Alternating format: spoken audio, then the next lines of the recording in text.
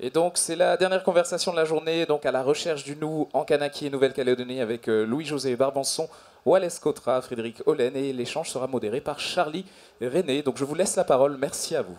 Et merci beaucoup et bienvenue à tous donc, pour cette petite séance de conversation, une causerie on pourrait dire, et sur un thème qui est à la fois intemporel, ça fait au moins une quarantaine d'années qu'on disserte sur ce thème, depuis beaucoup plus longtemps probablement, et puis c'est aussi un thème qui est très d'actualité, à la recherche du nous en Kanaki et en Nouvelle-Calédonie. Alors vous aurez reconnu dans cet intitulé le titre bien sûr d'un ouvrage qui est présenté ici au 22e salon du livre. C'est celui qui est présenté par l'historien Louis-José Barbanson qui est avec nous.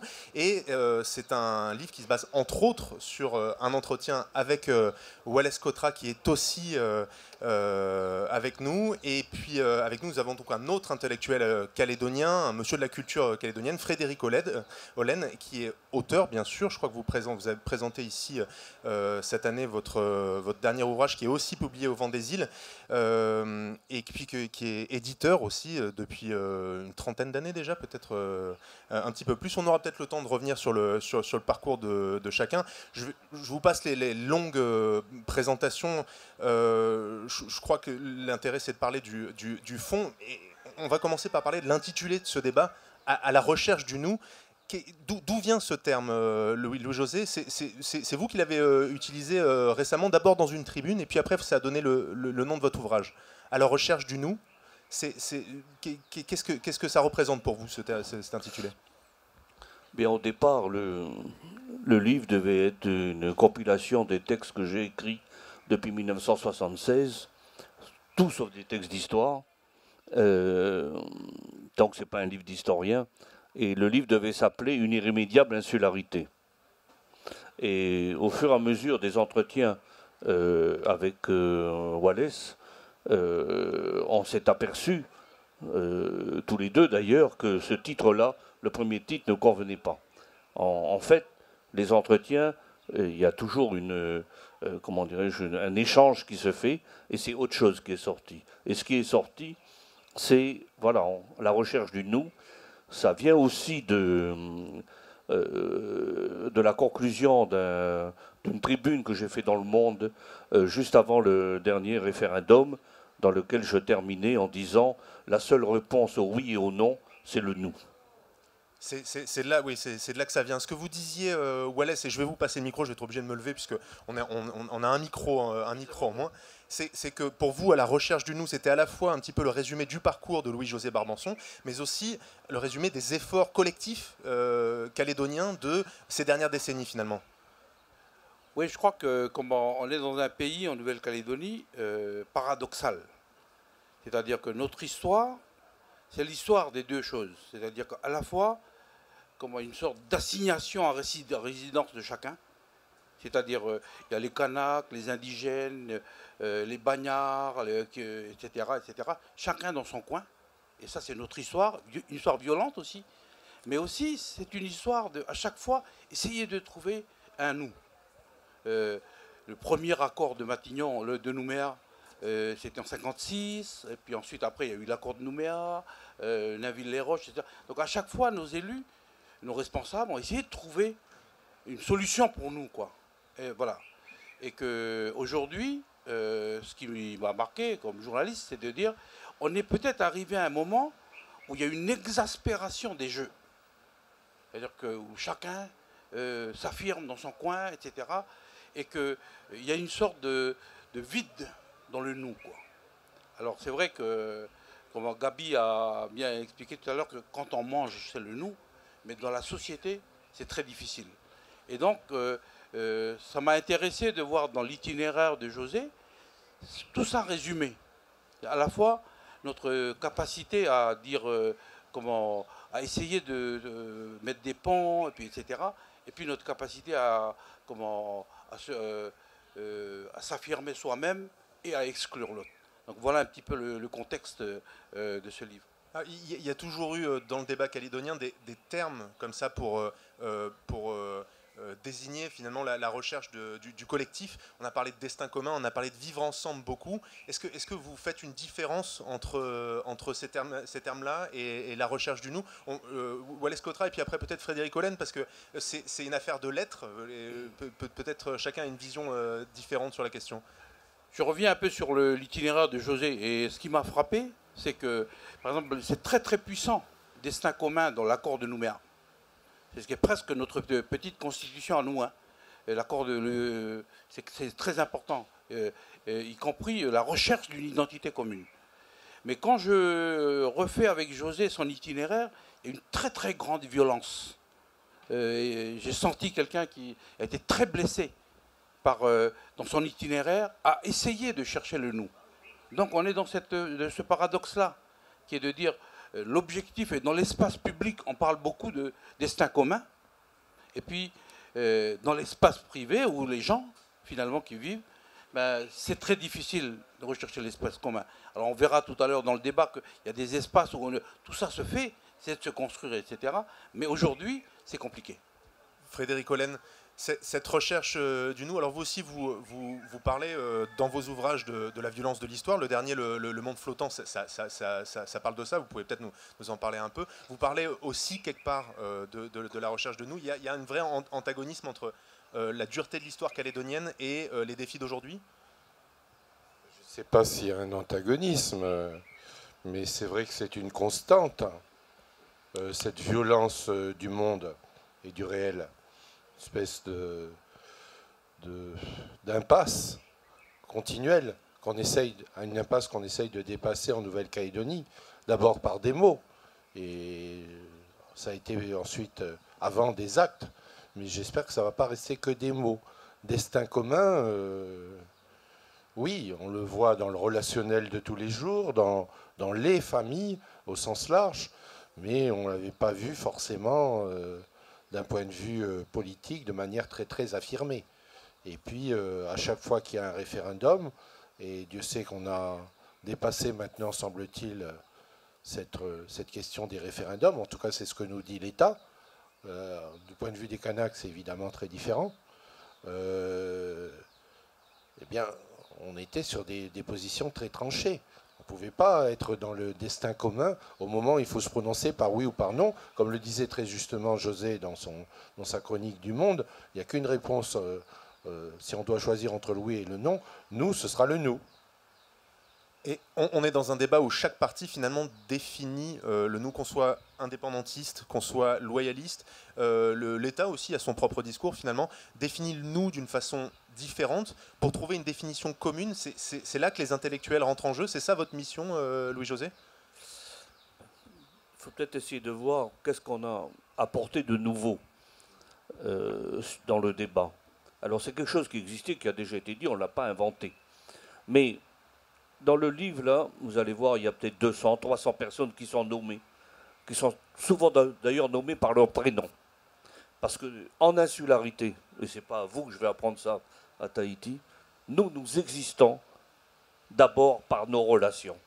Avant d'exister par nos diplômes, avant d'exister par notre place dans la société, par notre réussite sociale, nous existons par ceux que nous connaissons. On connaît un tel, pas pour ça qu'on est obligé de l'aimer. Les rapports amoureux au niveau insulaire sont toujours exacerbés. Mais nous existons par nos relations. Et c'est cela qu'on essaye de mettre en avant et qui est nouveau dans le débat pour la définition du nous. Si vous voulez, normalement, un nous, c'est une stratification sur des siècles et des siècles qui se fait. Et il y a une sédimentation qui construit une identité. Ça, c'est l'histoire de la France. Ça, c'est l'histoire de la Polynésie. Ça, c'est l'histoire de la société et de la civilisation kanak. Mais aux Antilles, par exemple, où nous, les gens de Nouvelle-Calédonie qui arrivent d'ailleurs, ça ne peut pas se passer comme ça. Parce qu'il n'y a pas une souche directe. Nous, on vient de Corse, on vient de Bretagne, on vient d'Auvergne, etc. Donc, en fait, on ne peut pas nous comparer à des Bretons qui existent depuis des siècles, où il y a une stratification. La Bretagne, elle a une histoire. Charlemagne, il n'a jamais réussi à conquérir la Bretagne. Donc, nous, on est obligés d'exister, les Calédoniens, parce qu'on va prendre aux autres. C'est-à-dire, c'est un peu la formation de, comment que Édouard Glissant définissait par les Antilles, c'est-à-dire cette identité, comme ils venaient tous de pays africains différents, qui se fait par alchimie et non pas par sédimentation. Bon, moi, mon côté provocateur, je suis très content quand même que pour définir les Calédoniens blancs, les Caldoches, comme ça s'appelle, même si j'aime pas le mot, on est obligé d'aller chercher, comment dirais-je, une formation qui avait été pensée et dit pour des Noirs, quoi, ceux des Antilles. Voilà, ça me fait... Voilà, il y a un côté provocateur aussi dans ce côté-là. Louis-José, si vous n'êtes pas le Caldoche, qu'est-ce que vous êtes alors? Non, mais le terme de Caldoche est un terme que ma génération considère comme un terme péjoratif, parce que le mot hoche, c'est toujours péjoratif dans le côté français. D'autre part, la différence, c'est que ce n'est pas nous qui disons que nous sommes des Caldoches. C'est les Farani qui disent que nous, on est des Caldoches. Nous, on n'a jamais dit ça. Ça ne vient pas de nous, ça vient des autres. Ce n'est pas pareil du tout. Wallace, ce que dit finalement Louis-José, c'est il a parlé d'un nous qui doit pas être seulement qui ne doit pas gommer les jeux finalement, hein, c'est un peu ça, hein, et qui doit unir mais pas remplacer. C'est ça le frein à je reviens un peu sur le livre, l'histoire de José. José, c'est quelqu'un qui a passé beaucoup de temps à essayer de raconter l'histoire de cette migration européenne, finalement, les Bagnards. Et par exemple, son mémoire était sur l'Iphigénie, le premier bateau avec 250 Bagnards à l'intérieur, et il a travaillé sur chaque personne, etc. Donc pour essayer de... Voilà, d'où viennent les racines de cette communauté. Et ce qui est intéressant par rapport à ta question, c'est de dire finalement, les racines c'est très important, mais l'identité c'est pas les racines. L'identité c'est la relation. Et ça, je trouve que c'est ça qui est parmi les nouveautés, c'est ça qui est important dans notre pays, de dire ça. Parce que chacun, comme on est challengé et on est bousculé, regarde ses racines. Et puis les Kanaks réaffirment les mythes, et puis, etc., notre enracinement dans le pays. Oublions d'ailleurs que dans les sociétés kanaks, nous, le clan qui est à côté de chez nous, à Tiga, alors que Tiga c'est petit, c'est un clan de Tonga, et puis que dans notre population, il y a eu des femmes européennes qui se sont mariées, etc. Et ça, c'est notre histoire, et c'est notre fierté. Mais voilà, on affirme d'abord ce que nous sommes. Et quand tu écoutes parfois les jeunes de Tiga, ils ont l'impression que Adam et Ève est nés à Tiga. Que c'est là où on a été voilà, d'un côté. Et puis de l'autre côté, les Européens, finalement, ils se projettent en Europe. Ils ne se projettent pas chez nous. Et José a été un des premiers à dire « Je suis un Océanien d'origine européenne. Je ne suis pas un Européen de Nouvelle-Calédonie. » Voilà. Et ça permet de dire « Mais finalement, ce qui est important, c'est notre relation. » Nous, les Kanaks, avec cette vieille civilisation, mais on a croisé cette communauté depuis 160 ans, 170 ans. Mais comment on exprime notre culture aujourd'hui? Comment, d'autant plus qu'on fait des choses ensemble. On crée des villes ensemble. On est dans les écoles ensemble. On a réfléchi, nos historiens, par exemple, ont travaillé sur comment on considère notre histoire. La violence de notre histoire. Mais c'est notre violence partagée. C'est comme ça. Finalement, il faut qu'on apprenne ensemble. Et donc, c'est ça, là, je pense que par rapport à ta question, ce qui apparaît dans le débat, mais ça, c'est nous, la société civile, qui portons ça. C'est de dire, notre identité, c'est la relation. Ça apparaît dans le débat et ça prend de l'ampleur, ça marque le débat, ou alors c'est... parce que le constat que vous faites de dire chaque communauté finalement réfléchit sur ses racines, sur sa vision et son histoire, on pouvait le faire déjà il y a 30 ans. Il y a quand même des choses qui ont évolué ces 30 dernières années, Frédéric Hollen. Oui, mais moi je suis comme vous, Charlie, c'est-à-dire que je suis un lecteur de ce livre. Je n'ai pas été évidemment... associé. J'en profite d'autant mieux que j'ai ce regard extérieur, même si j'ai mes deux compatriotes à mes côtés. Et moi, ce qui m'a frappé dans ce livre, je peux vous le dire, parce qu'on n'en a pas parlé alors qu'on en discutait, c'est que d'abord, c'est ton étonnement, ta stupéfaction, Wallace, d'une part, et d'autre part, Toi, c'est ton rêve. Parce que les bons écrivains comme toi, José, je pèse mes mots, on a tous des rêves. Donc commençons peut-être par la stupéfaction de Wallace. Tu vois là où je veux en venir ou pas? Non, mais je t'écoute. Alors, grande fut ta stupéfaction que quand tu interviewais ce jeune homme, eh bien, il ne te répondait pas « je suis ni calédonien ni caldoche », il te répondait « je suis nouméen ». Très important, parce qu'on peut être d'un quartier, d'une région, on peut être comme les Kanaks du pays profond, d'une tribu, et il y a certains individus, moi j'en fais partie, mais c'est un autre quartier où j'ai vécu, c'est je suis un nouméen. Et à l'échelle mondiale, ça ne veut rien dire. Le mot qui est forgé sur le nom d'une ville, j'ai appris qu'à Tahiti, d'ailleurs, on disait les Wainé ou les Papeete et qu'il n'y avait pas de mot spécifique pour dire, pour exprimer ceux qui habitaient l'endroit. Donc, premièrement, et d'autre part, ton rêve, et là j'ai une belle anecdote bretonne, ton rêve, c'est que, dis-moi si je me trompe, un jour tu sois détenteur d'un passeport où il est marqué ni français ni kanak, mais calédonien. Voilà. Enfin, je dis que quand j'avais 13 ans, 14 ans, mon rêve, c'était ça, d'avoir un passeport sur lequel il y a écrit calédonien. D'accord. Et je dis que peut-être qu'un jour j'aurai un passeport sur lequel il y aura écrit kanak, comme j'en ai un aujourd'hui sur lequel il y a écrit français, mais que pour moi ça ne fait pas de différence. C'est-à-dire que je veux dire, c'est pas le fait de changer des mots sur un passeport, d'effacer puis de mettre un autre nom, que ça va changer ma façon de rire, ma façon de me mettre en colère, ça va changer mon accent, ça va changer mon être au monde, etc. Ça ne va pas changer. Donc pour moi, c'est pas grave. Alors que pour certains, c'est une catastrophe de changer.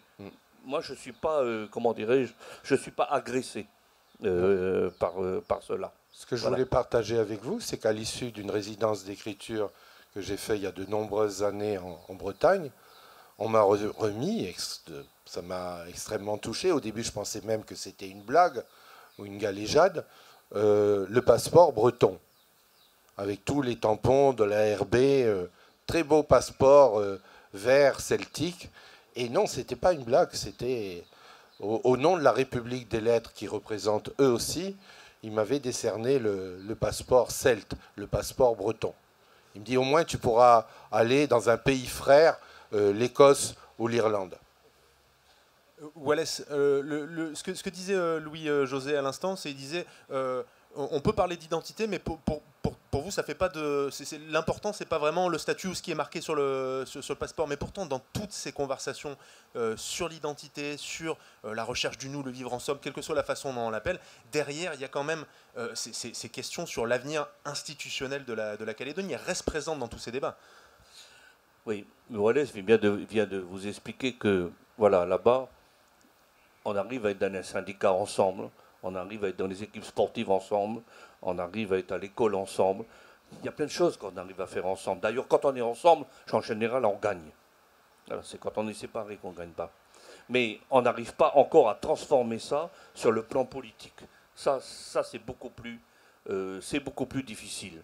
Mais ce n'est pas simplement une animosité. Les gens voudraient bien. Mais c'est quoi l'histoire de ce pays? C'est une histoire très violente. Que ce soit l'histoire des bagnards, que ce soit l'histoire des petits colons. Il y a très peu de gens dans les colons ont profité du système. Évidemment qu'il y en a. Pas dire le contraire. On connaît les noms d'ailleurs, ils sont tellement peu nombreux qu'on connaît les noms. Donc c'est pas très compliqué. Mais c'est l'histoire des Vietnamiens, des Shandang, c'est-à-dire des gens qui s'appellent les pieds attachés. C'est l'histoire des Indonésiens, orang kontrak, ça veut dire les hommes contrats. Donc on voit bien, eux-mêmes ils se désignent comme cela. Donc cette violence-là, pendant des générations, nous on a été élevés dans l'idée que nos parents, nos grands-parents se sont sacrifiés pour que nous, on ait une bonne vie. Et c'est pareil aujourd'hui. Donc, quand on doit voter oui pour l'indépendance, on sait très bien que dans le cadre de la dépendance, il n'y aura pas le même niveau, ni scolaire, ni social, etc. Et donc qu'il y a une génération qui va être sacrifiée. c'est très difficile pour nous de dire à nos enfants vous allez de nouveau faire des sacrifices, alors qu'on a été élevé dans l'idée, tous ceux que je viens de citer, que les sacrifices, ça y est, on les avait déjà faits. Dans le monde kanak, c'était tout à fait différent. Évidemment qu'il y a eu l'espoir de l'ascenseur social, évidemment qu'il y a eu des sacrifices, mais en même temps, il y a eu, pendant des années, sous des cases, autour du feu, etc., le fait de retrouver un jour un pays. Et ça, je veux dire, c'est tellement fort, c'est tellement puissant, le sentiment de nationalisme, le patriotisme, parce que ce n'est pas autre chose que du patriotisme, c'est-à-dire retrouver la terra patria, la terre des pères. Vous ne pouvez pas dire aux Kanaks que la terre des pères, la terre de leur père, c'est la France. Ça ne passe pas. Vous comprenez, c'est ça. Donc, il y a le fait de faire voter oui ou non, c'est répondre à des questions angoissantes. C'est mettre les gens dans des situations d'angoisse. Et ça, et les gens voudraient bien aller plus loin. Mais, je veux dire, à chaque fois, ils sont bloqués. L'ingénieur informatique kanak qui vous explique dans un repas ou ailleurs que l'indépendance, on n'arrivera pas à toucher tant d'argent. Quand vous avez fini avec lui de discuter pendant 1 heure ou 2 heures, plusieurs jours, celui-là, il va voter non. Et puis il te dit, oui, mais quand je me retrouve dans l'isoloir, devant l'urne, je suis tout seul face à mon clan, face à mon peuple, face à mon histoire, et je vote oui. Mais comment vous allez arrêter ça ? Wallace, le poids des parents, le poids de la famille dans l'isoloir, l'angoisse de l'isoloir dont parlait Louis-José, vous le ressentez aussi ? Oui, mais je pense qu'il faut, on donne trop d'importance à la donne politique. C'est important, mais on donne trop d'importance à la donne politique, parce que nous, on est en train d'expérimenter l'idée aussi des limites de ça. C'est-à-dire qu'aujourd'hui, la situation est complètement bloquée en Calédonie, c'est très grave.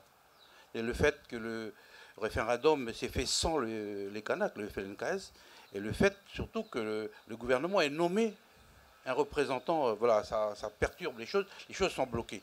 C'est pour ça que je pense qu'il faut... ce qui est intéressant dans le livre, c'est le fait qu'on essaye de penser notre avenir entre nous.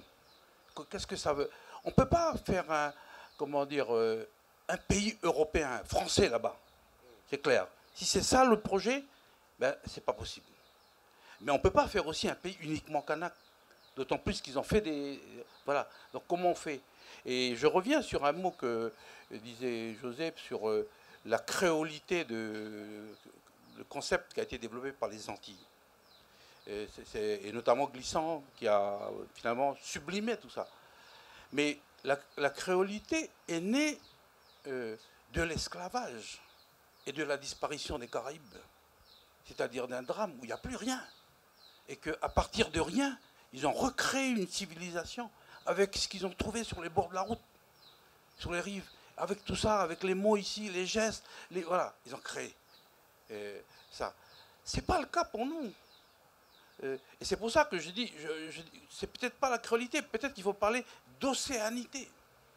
C'est-à-dire que là, il y a des vieilles cultures qui sont là, polynésiennes ici, mélanésiennes là-bas. Et comment nous, on fait le dialogue? Et comment on construit les choses?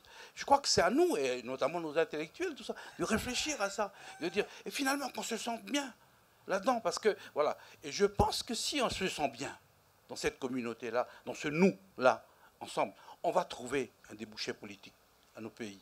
Voilà. Mais ne mettons pas la charrue avant les bœufs, même s'il n'y en a pas de charrue chez nous, dans le Pacifique. Voilà. Mettons pas la charrue avant les bœufs. L'objet de ce livre, c'est ça, c'est de dire, mais qui sommes-nous? Et comment on fait? Et j'étais frappé par le fait que José, ça l'a marqué, ça. Dès qu'il est né, lui, eh bien, il a en face de lui Jean-Pierre Ouemama, qui est un Kanak.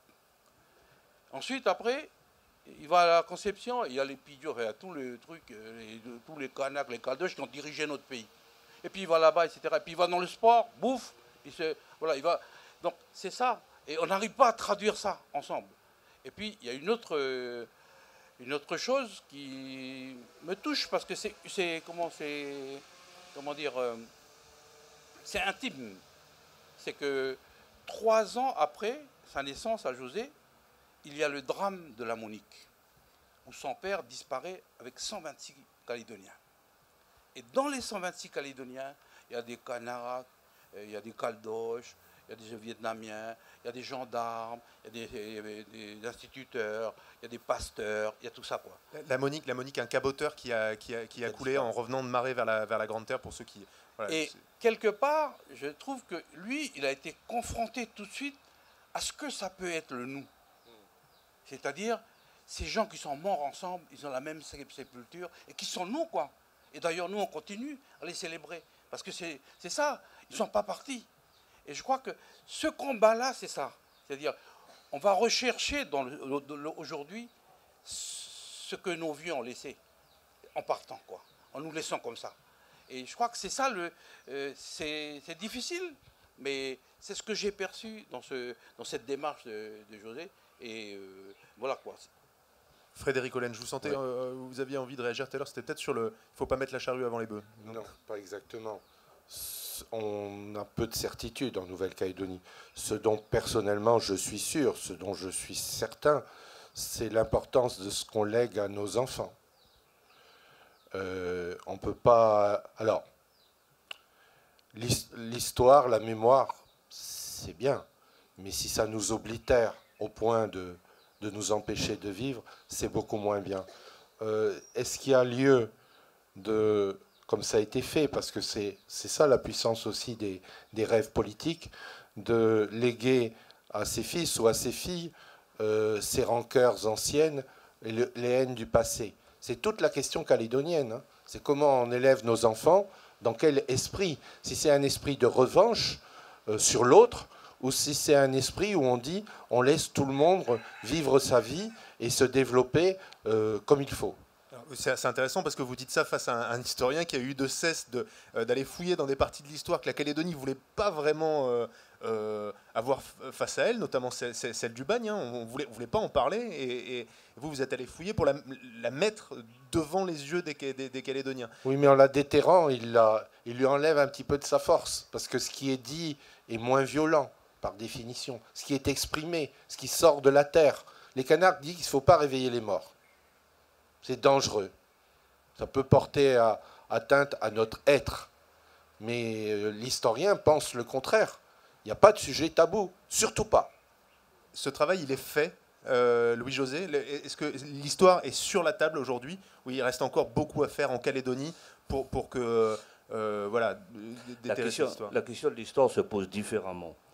Nous, notre problème, c'est est-ce que nous, la Nouvelle-Calédonie, nous sommes un simple épisode de l'histoire de France dans l'océan Pacifique? Ou est-ce que nous avons une histoire commune avec les Kanaks? C'est ça la question qu'il faut résoudre. Parce que si nous sommes un simple épisode de l'histoire de France, qui s'est transporté à 17 000 km dans l'océan Pacifique, eh bien, l'histoire kanak, elle continue toujours. Elle date depuis 3000 ans. Nous, on date depuis 150 ans là-bas. Ça veut dire que le risque que l'on soit un simple hockey, comme dirait Christophe Sand, un épisode de l'histoire kanak, une parenthèse dans l'histoire kanak, ce risque-là, il existe. Il existe. Hein, il y a d'autres exemples dans l'histoire. Hein. Je veux dire, en Palestine, les royaumes latins de croisés, ils durent 100 ans ou 150 ans ou un peu plus, et puis ils disparaissent. Si on n'arrive pas à faire comprendre qu'il y a une histoire commune dans ce pays, la Monique fait partie de cette histoire commune, mais tous les écrivains, là, tous, font aussi partie de cette histoire commune. Il y a le bataillon du Pacifique que vous connaissez bien aussi. Il y a plein de choses qui font partie, mais encore faut-il que l'on puisse dire qu'il y a une histoire commune et on se trouve toujours devant ce problème. Moi, j'ai Jean-Christophe Gay en face de moi qui a dirigé la publication de l'Atlas de Nouvelle-Calédonie. Il sait très bien les problèmes que l'on a rencontrés, y compris par rapport au comité scientifique qui se trouvait à Paris, qui à un moment a supprimé le mot calédonien de tout l'Atlas. Donc, je veux dire, si vous voulez, le nous, à la différence de la Polynésie, en Polynésie, le nous, pour quelqu'un de l'extérieur, il y a une évidence du nous. Même s'il y a des nuances entre les Marquises, les Tuamotu, même s'il y a des nuances sociales, même s'il y a des nuances entre les Tineto, etc., ce qui rassemble, ce qui unit, les facteurs d'unité sont beaucoup plus forts que les facteurs de division. Et le nous, il est évident. Ce matin, par exemple, quand on écoute le discours des Rémois puis le discours du haut-commissaire, ben on voit bien que c'est deux nous qui sont différents. C'est pas dire pour ça qu'il ne faut pas respecter l'un ou pas respecter l'autre. Tous les deux sont respectables, tous les deux, il faut aller l'un vers l'autre, s'ouvrir, mais c'est quand même deux nous différents. Ils n'expriment pas du tout la même chose. Même quand ils portent le même nom, le discours du Haussaire, ce n'est pas le style de Chantal, quand même. Voilà. Donc on voit bien tout de suite. Hein, je veux dire, il y a des évidences. Chez nous, c'est beaucoup plus difficile. C'est beaucoup plus difficile parce que l'échéance, là, comment dirais-je, de la répartition démographique, l'échéance de la population, la présence d'une population métropolitaine importante qui risque de changer, qui a déjà changé la puissance électorale, donner des résultats différents dans les élections, tout ça, c'est un traumatisme difficile à remettre. Mais qu'est-ce qui me fait, moi, encore de temps en temps, être optimiste? C'est que nous, les insulaires, et vous, les Polynésiens, vous connaissez ça mieux que moi, nous, les insulaires, nous savons tous que le renouveau, ça vient de l'extérieur. Parce que nous connaissons la limite de nos îles. Nous connaissons la limite de notre création. Donc on sait que le renouveau, à un moment, va venir de l'extérieur. Ça ne peut pas venir autrement. Puis en même temps, en tant qu'insulaire, eh bien, on vit dans le syndrome du tsunami. C'est-à-dire de cette vague qui va tout emporter, de cet afflux de population qui risque de tout changer. Parce qu'une île, c'est toujours une harmonie. Il faut bien comprendre ça. C'est un équilibre et c'est une harmonie. Et l'arrivée d'une population trop grande risque de détruire l'harmonie. Et la difficulté pour un intellectuel, pour un gouverneur, pour un gouvernant, pour un décideur dans une île, c'est qu'il est toujours dans cette ligne de crête entre l'indispensable équilibre et la nécessaire harmonie. Et c'est toujours très difficile. Et c'est ça le débat qui se pose en Calédonie.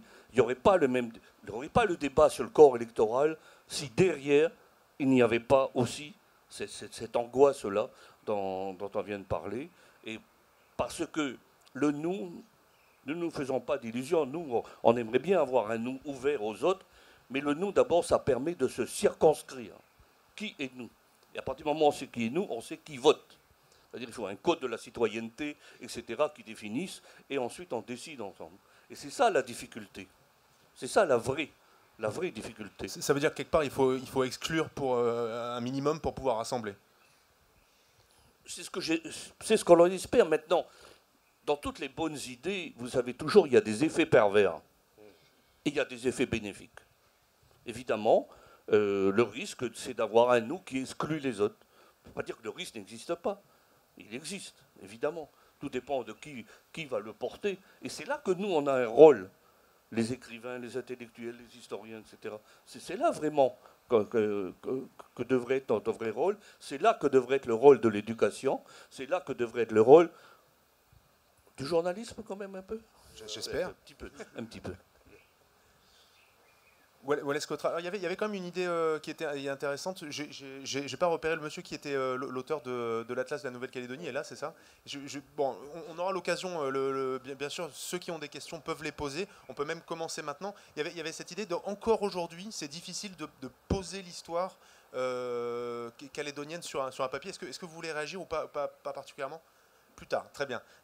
Très bien. Mais ça, Wallace, vous pouvez y répondre aussi. La difficulté pour la Calédonie et pour les Calédoniens d'avoir leur histoire en face, c'est toujours une réalité. Alors qu'il y a quand même eu un travail pendant 3-4 décennies sur ces questions. Je pense que c'est plutôt à José de dire ça. Mais c'est vrai qu'on a des visions différentes de l'histoire. On n'a pas les mêmes héros selon les communautés, etc. Mais tout l'enjeu, et depuis 30 ans, c'est d'essayer de fabriquer des choses communes. Et je disais tout à l'heure que, par exemple, c'est assez exceptionnel pour la Calédonie. C'est que les historiens de notre pays, avec toutes les sensibilités différentes, ils ont travaillé sur nos manuels d'histoire. Pour dire, mais finalement, Éloi Machoro, c'est qui Éloi Machoro?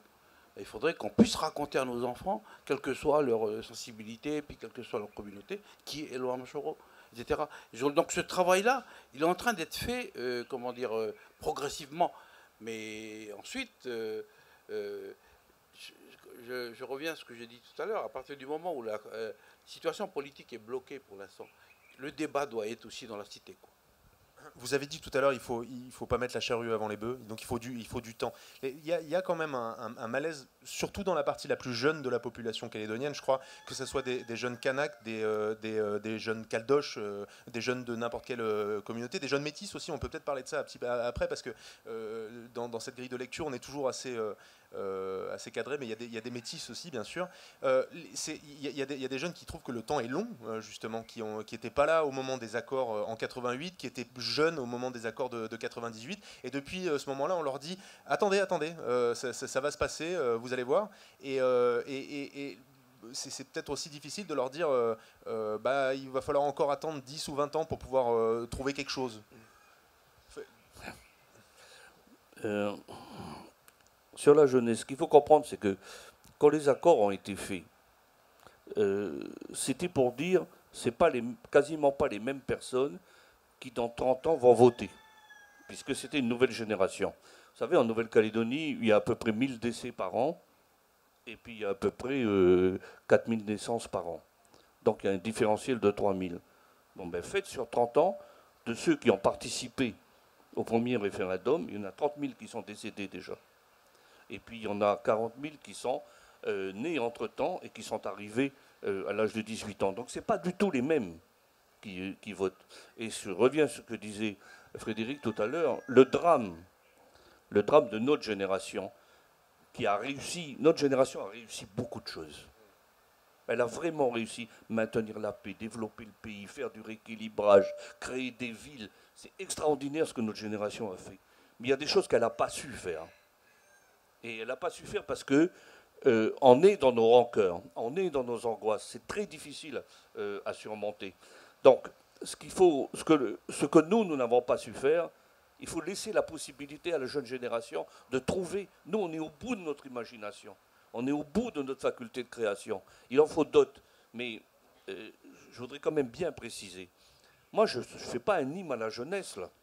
Parce que si c'est pour avoir des jeunes qui répètent ce que disaient les grands-pères, ça ne sert à rien du tout. Ce qu'on a besoin, c'est de jeunes qui innovent, pas de jeunes qui répètent ce que disaient les grands-pères. Parce que ça, on ne s'en sortira pas. Hein. Frédéric Hollen, en tant qu'éditeur, vous avez... Oui, parce que moi j'ai le vaccin. Enfin, j'essaye de concevoir un vaccin. C'est pas la Covid, mais c'est pire que ça.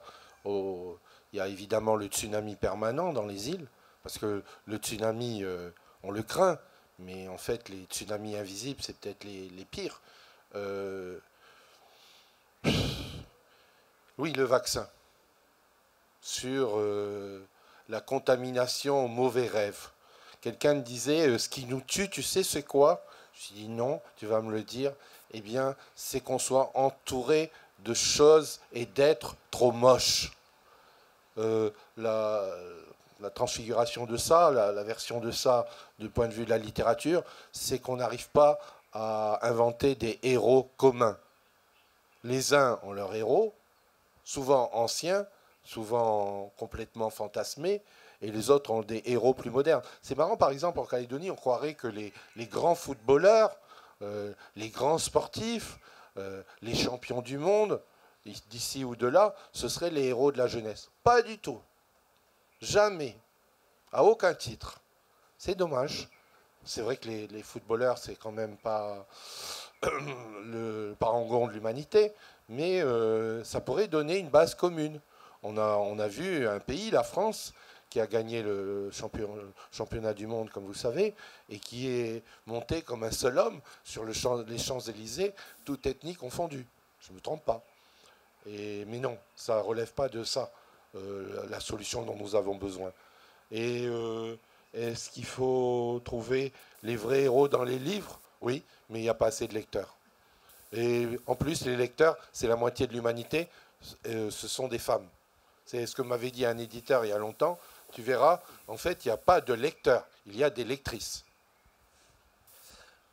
Sur cette histoire de héros communs, en fait, Bon, si je prends le grand héros kanak révolutionnaire, qui est d'ailleurs surdimensionné, parce qu'il est aussi créé par Rivière, par Lemire, par d'autres, c'est-à-dire l'officier français, comme Jules César crée aussi Vercingétorix, forcément il crée aussi Ataï.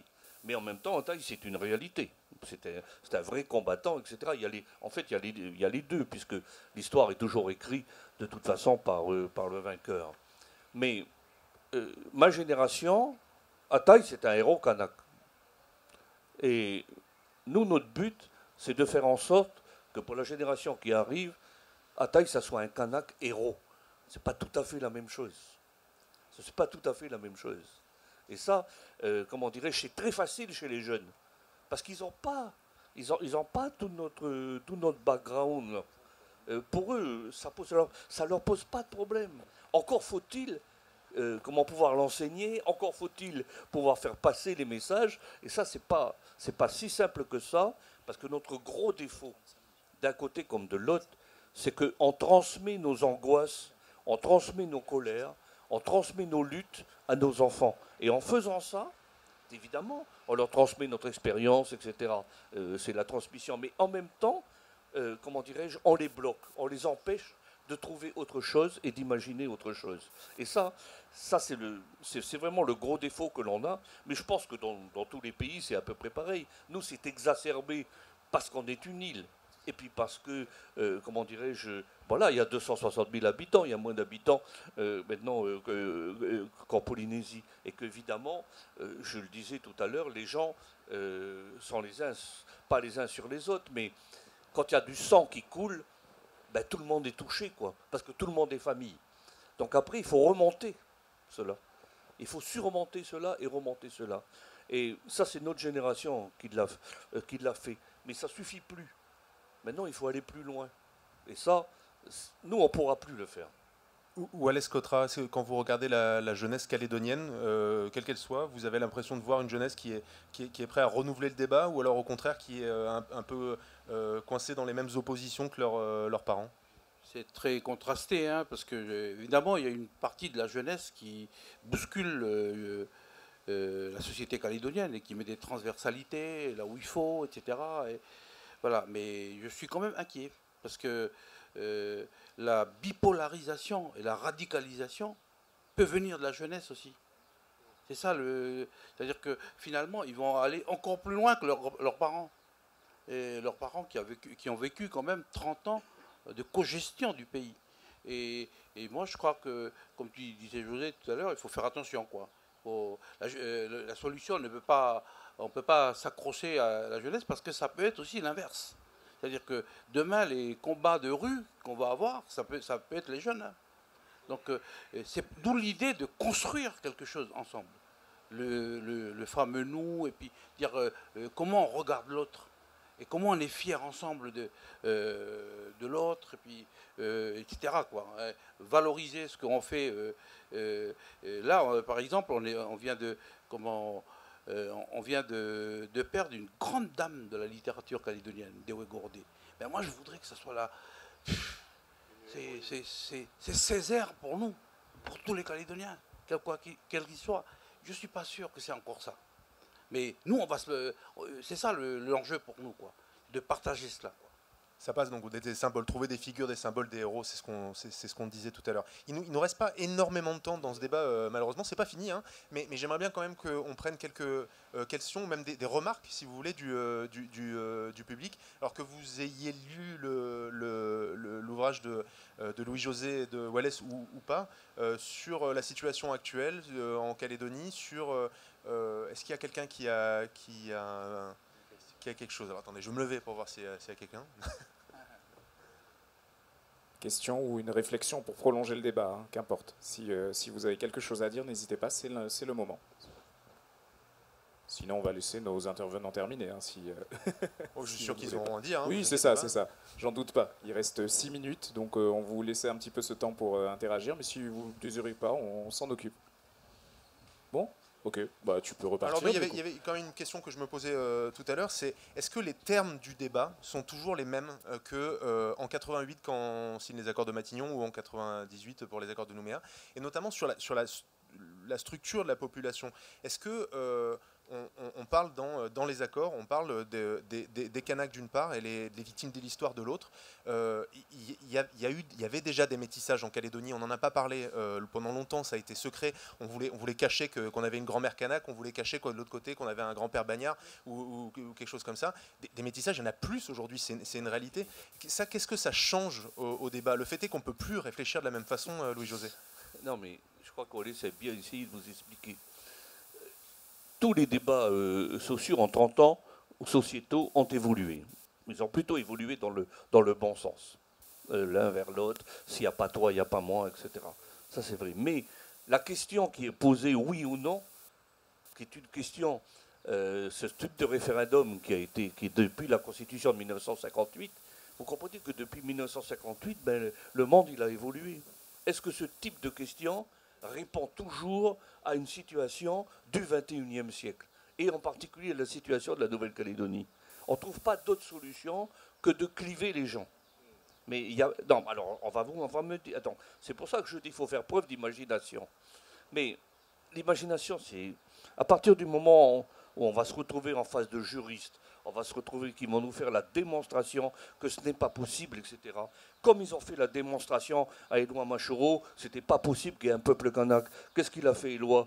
Il a pris un tamioc, il a coupé l'urne. Et puis il a dit non, c'est la Constitution française qui n'existe pas, nous existons. Donc comment... Vous comprenez ce que je veux dire? Il faut arrêter de se cacher derrière. Alors évidemment, on est tous admiratifs. On est tous les descendants, les héritiers de la République, des valeurs de la République et tout. On les défend, on sait. Mais là, il y a un moment donné où les valeurs, là, ce qui se passe, ne répond pas à la situation calédonienne. En fait, en Calédonie, il y a 4 grands groupes. Il n'y en a pas 2. Il y a ceux qui veulent la dépendance tout de suite, ceux qui disent jamais la dépendance, et puis il y a tous ceux qui sont là pour dire non, pas tout de suite, ou oui, mais pas maintenant. Voilà. Or, il n'y a aucune possibilité juridique de traduire ça. Pourtant, on est quand même dans un monde où la démocratie a beaucoup évolué. On parle de démocratie, comment dirais-je, participative, on interroge les gens, on fait beaucoup plus de choses. Et pourquoi on ne changerait pas notre donne? Parce que vous comprenez, si le gouvernement français, le président de la République, les responsables de la France étaient devant un résultat où il y aurait 4 questions qui soient posées, eh bien, ça serait beaucoup plus simple pour lui, pour expliquer d'un point de vue républicain aux Français, si jamais le non jamais à la dépendance était minoritaire, eh bien, on prépare. On fait comme à Hong Kong, en 1997, ça devait être l'indépendance, on prépare. Ceux qui veulent rester, ils restent, ceux qui veulent partir, ils partent, etc. Mais au moins, on sait où on va et on prépare quelque chose. Mais ça, vous vous rendez compte combien il faut changer le logiciel de ce qui existe pour en arriver là? C'est quasiment impossible. Le seul moyen que les Kanaks ont trouvé en 84 et en 88, c'est de se révolter. Parce que quand Éloi il a brisé l'urne, eh bien après on a changé la Constitution. Voilà. Mais il y a eu 70 morts entre-temps. Voilà. Ce que vous dites, c'est qu'il y a un manque d'imagination au pouvoir Mais c'est pas facile pour eux non plus, parce que c'est quand même toute la tradition française qui se veut être quand même un modèle dans le monde, qui donne des leçons à la Russie, qui donne des leçons à la Chine, qui donne des leçons partout. Donc, comment faire? Mais ils vont se retrouver devant le problème, parce que le risque d'une insurrection générationnelle en Nouvelle-Calédonie existe. Il ne faut pas croire qu'il n'existe pas. Moi, je ne suis pas là pour faire un appel à la violence, etc. Ce que je sais, c'est qu'en tant qu'historien, lorsque vous reproduisez les mêmes causes, vous obtenez les mêmes effets. Et en Calédonie, en ce moment, il n'est pas sûr que le gouvernement ait bien conscience qu'il est en train de remettre les mêmes causes en place. Et c'est ça qui m'inquiète. C'est ça qui m'inquiète, parce que ça ne suffira pas de dire juridiquement on a raison. L'histoire est forte. Wallace, vous vouliez réagir peut-être que ça ne va pas être loin d'être notre mot de la fin. C'est pas tellement mon truc, la politique, mais il faut dire que le problème clé au départ, c'est un problème colonial. C'est-à-dire que c'est un peuple qui dit je suis chez moi et voilà. Donc il faut régler ce problème-là. Là, c'est un peu bloqué, mais il va falloir régler. La deuxième chose, avec l'expérience, enfin, ce qu'on a vécu les 30 dernières années, c'est qu'on se dit, le référendum a ses limites. C'est-à-dire que est-ce qu'on construit un pays avec 51%? L'indépendance ou pas l'indépendance? Voilà. Moi, je crois qu'il faut laisser les hommes politiques travailler là-dessus. C'est pour ça que il nous semble qu'il faut s'engager dans la société pour construire ce nous, entre nous, et discuter, se respecter, trouver un sens à notre vie commune et ne pas ne pas continuer ce qu'on a connu dans notre histoire, qui sont les assignations à résidence. C'est-à-dire chacun son parti, chacun son quartier, chacun sa classe sociale, et pour finir, on va finir par dire chacun sa couleur. Et là, on est mort. Donc, je crois, et c'est pour ça que je dis que c'est important de creuser la notion d'océanité par rapport à la créolité. Nous, en Nouvelle-Calédonie, ça devient une priorité. Merci beaucoup Wallace Cotra, Louis-José, merci beaucoup aussi Frédéric Hollen.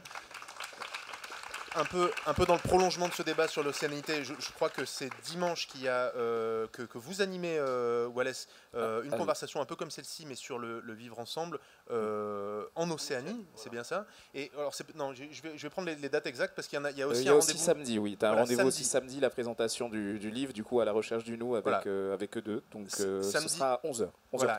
Il y a aussi une présentation de votre ouvrage, Frédéric Hollen, ça, je crois que c'est dimanche matin à 10h30, si je ne dis pas de bêtises. Et puis donc deux conversations, une sur l'Océanie et une autre sur le vivre ensemble en Polynésie. Ça, vous serez animateur dans celle-là. Là, je vais écouter. Voilà, c'est ça.